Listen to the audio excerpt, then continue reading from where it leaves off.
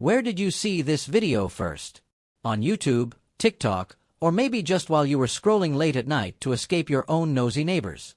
Wherever it found you, stop here, because this story will make you think twice before you judge someone from your window blinds. Drop a comment right now and tell me, what's the most ridiculous reason someone ever called the cops on you?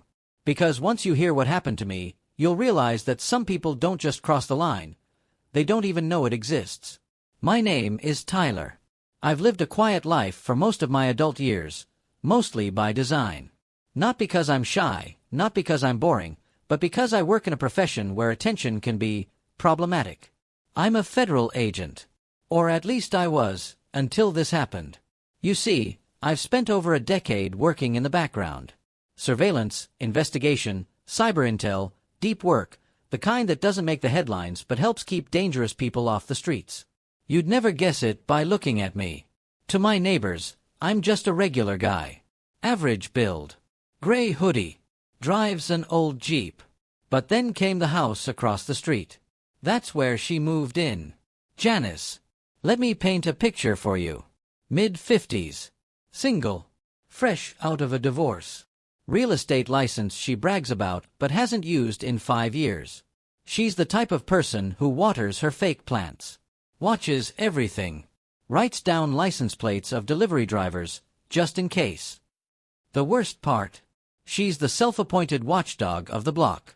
HOA's unofficial eyes and ears. At first, I didn't mind. I smiled. Waved. Tried to keep it neighborly.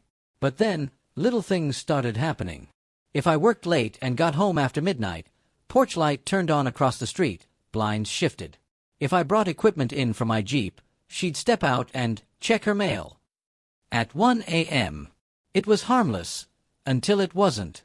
One morning, I came outside and found a note stuck under my windshield wiper. Too much suspicious activity. You've been reported to the HOA. Suspicious activity. Me walking inside my house. I ignored it. Thought it would pass. But Janice escalated. One Friday night, I came home from a 14-hour field op tired. Wired. All I wanted was to grab some leftover takeout, crash on the couch, and disappear into a dumb movie. But before I could even heat the food, blue and red lights lit up my living room. I opened the front door to 3 police officers standing in my yard. "Sir, we've had a call about a possible burglary in progress." Burglary? I blinked. I live here. One officer kept a hand near his holster.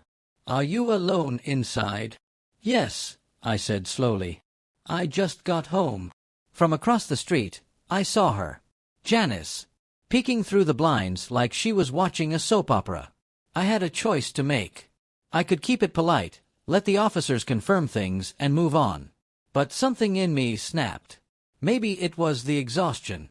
Maybe it was the years of playing invisible. Or maybe it was just time someone like her got a dose of her own medicine.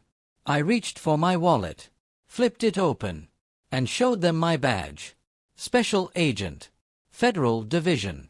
The shift was instant. "Apologies, Agent," the lead officer said quickly. "We didn't know." "Of course you didn't," I said. "She didn't either. But she thought she did." They asked if I wanted to press harassment charges. I said no. But I wasn't done. Because Janice had just opened a door she couldn't close. Let me explain something. In my line of work, we keep tabs on patterns. And Janice had one. I started documenting everything. Photos, timestamps, recordings. Every time she pointed her phone at my house, every time she paced her front lawn when I stepped outside. What I uncovered shocked even me. Janice wasn't just nosy, she was invasive. She had installed a ring of hidden cameras under the eaves of her roof, facing my home. Zoomed in. I caught it when the sun hit just right and reflected off a small lens behind one of her wind chimes. I filed a local complaint for unlawful surveillance. But I also submitted a formal inquiry with the feds. Why? Because when a federal agent is surveilled on private property, it can trigger a very specific protocol. The Department of Justice doesn't play. Within a week, she received a cease and desist. But she didn't back down. She doubled down. She told neighbors I was some kind of secret criminal, that I was hiding people in my garage, that I was building weapons. All lies. But the damage spread. People started looking at me different. Kids stopped riding their bikes near my place. Mail was delivered late or missing. My trash bin was knocked over more than once. So I made my next move. I filed a restraining order against Janice. Presented the footage, the documents, the surveillance evidence. She came to court acting innocent. Cried. Claimed she was just trying to protect the neighborhood. The judge didn't buy it. He granted the order. Forced her to remove all cameras. Barred her from speaking to or about me to any neighbor or HOA member. And it worked.